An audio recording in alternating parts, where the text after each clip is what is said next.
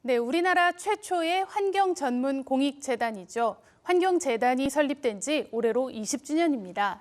기후위기와 심각해져가는 환경 문제를 해결하기 위해 우리는 지금 어떤 노력을 해야 할까요? 최열 환경재단 이사장과 살펴봅니다. 이사장님 어서 오세요. 네, 안녕하세요. 네. 네, 이사장님, 환경재단은 매년 환경오염에 따른 위기를 시간으로 네. 발표를 해왔습니다. 네. 올해 우리 한국의 환경위기 시각이 9시 28분이에요. 네, 네. 세계 평균 시간보다 7분이 앞당겨진 건데 이게 무슨 의미일까요? 네. 그러니까 해마다 그 설문조사를 해가지고 그 발표를 하거든요. 네. 그래서 오차가 좀 있습니다. 오차가 있는데 어쨌든 최근 20년 동안에 전부 다 그 9시가 넘었어요. 네. 그런데 시간으로 치면은 0시부터 3시까지는 좋은 상태고요. 네, 좋다. 3시부터 6시까지는 보통이고요. 네. 그리고 6시부터 9시까지는 나쁜 상태고, 그다음에 9시부터 12시까지는 이제 위험 상태입니다. 그러면 지금은 지금 위험 위험이란 상태죠. 뜻이네요. 그러니까 네. 위험 상태니까 계속 우리가 이제 피부로 느끼지만은 뭐 폭염도 오고 산불도 네. 나고 많은 이제 재난이 나타나는 걸 보면은 사람들이 이거 기후 환경 문제가 심각하구나 그렇게 느끼고 있고요. 또 그 중에서도 지금은 뭐가 그러면 가장 심각하냐 그런 이제 설문을 조사를 하면은 기후 문제. 네. 기후 문제가 한 20년 전에는 기후 문제가 아니고 수질, 뭐 쓰레기 이런 네. 거였는데 지금은 이제 압도적으로 기후 문제가 우리 인류가 해결해야 될 최대 과제다 이렇게 이제 설문으로 나오고 있습니다. 네, 그래서 그런지 우리 몇 해 전부터 청소년들이 거리로 나서고 있습니다. 기후 파업을 하고 있는데요. 함께 보셨죠? 네, 뭐 저는 그 그레타 툰베리가 네, 4년 전에 학교 대신에 스웨덴 국회의사당에서 시위를 하면서 전 세계적으로 확산이 되고 또 우리나라 같은 경우에도 3년 전에 세종문화회관 그 앞에서 집회도 하고 그때 저도 참여를 했습니다. 네. 그때 이제 연설하고 학생들이 이제 얘기하는 거 보면은 굉장히 수준이 높아요. 한 예를 들면은 그 민사고 있죠. 네. 대관령 쪽에 있는 그 학생들이 차로 이제 한 몇십 명이 왔는데 그 전에는 여름에 좀 높은 지역이기 때문에 네. 굉장히 시원하고 시원하죠. 그랬는데 갑자기 더워져가지고 네. 이제는 에어컨을 쓰게 됐다 그러면서 학생들이 이제 굉장히 심각한 거를 얘기를 하면서 네. 자기네들도 이제 구체적인 실천을 하겠다 그런 얘기를 제가 그때 들은 적이 있습니다. 네, 요즘 친구들이 아주 적극적으로 나서는 또 예. 당사자들의 문제니까요. 그런 모습들 그럼요. 보여주고 예. 있습니다. 네, 우리 이사장님께서는요. 국내 1호 환경운동가이자 환경운동하신 지 벌써 45년 차십니다. 네. 환경재단 처음부터 같이 하셔서 환경재단의 역사이기도 하세요. 저는 뭐 개인적으로 한평생 환경운동 한번 하겠다. 그래서 이제 하다 보니까 지금 이제 40년이 넘었습니다.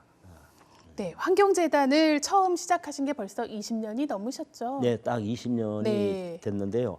제가 이제 환경운동연합도 만들고 공해추방운동연합 이런 활동을 하면서 환경 문제의 심각성을 알리고 뭐 감시하고 이런 활동도 중요하지만은 이제는 문화적인 접근을 통해서 사람들의 마음을 움직여야 된다.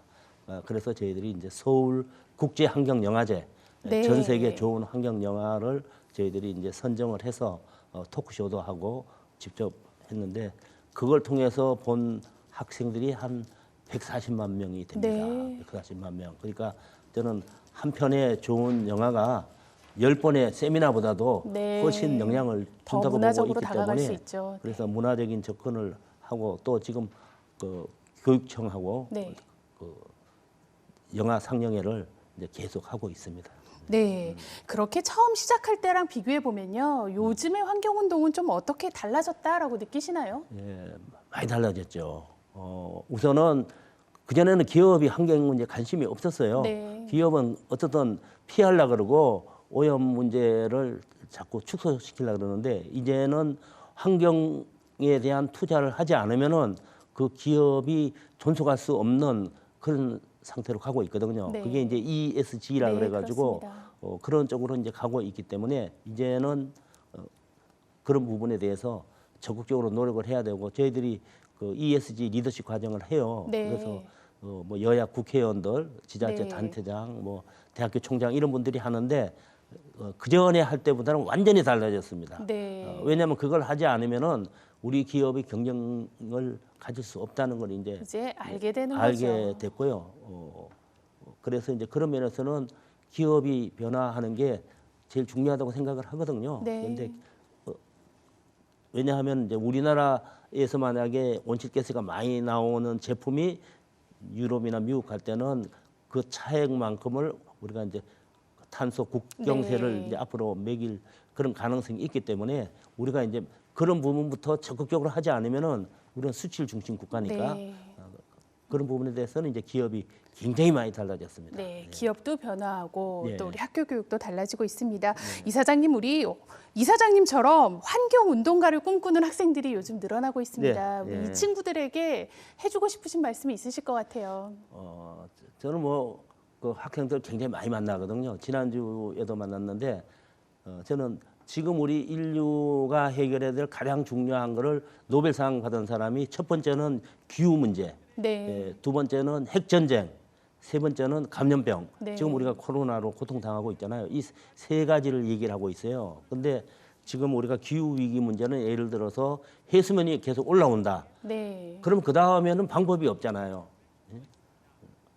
그리고 이제 기후가 계속 이제 상승하니까 우리가 예상하지 못한 많은 그 널뛰기 현상, 네, 비가 많이 오는 데는 많이 오고 그렇죠. 또 안 오는 데는 안 오는 데는 안 오고 네, 그러니까 이제 그 식량 문제도 또 문제가 되고 네, 또 그러려면 또 에너지 문제 해결하기 위해서 재생에너지도 또 생산해야 되고 그런 데다가 최근에 이제 그 러시아가 우크라이나에 이제 맞습니다. 공격을 하면서 지금 이제 네. 가스를 이제 러시아에서 공급을 안 하니까 가스 가격이 막 오르고 유럽이 뭐 그러는데 에너지 난이 심각하죠. 예, 네. 그런데 이제 그거는 과도기라고 생각을 해요.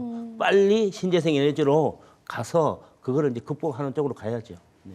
네, 우리 하나만 마지막으로 짧게 여쭤보겠습니다. 앞으로 우리 환경재단 또 이사장님 어떻게 활동해 나가실 계획인지 듣고 싶습니다. 저는 아시아 환경운동의 허브가 되겠다고 얘기를 했고요.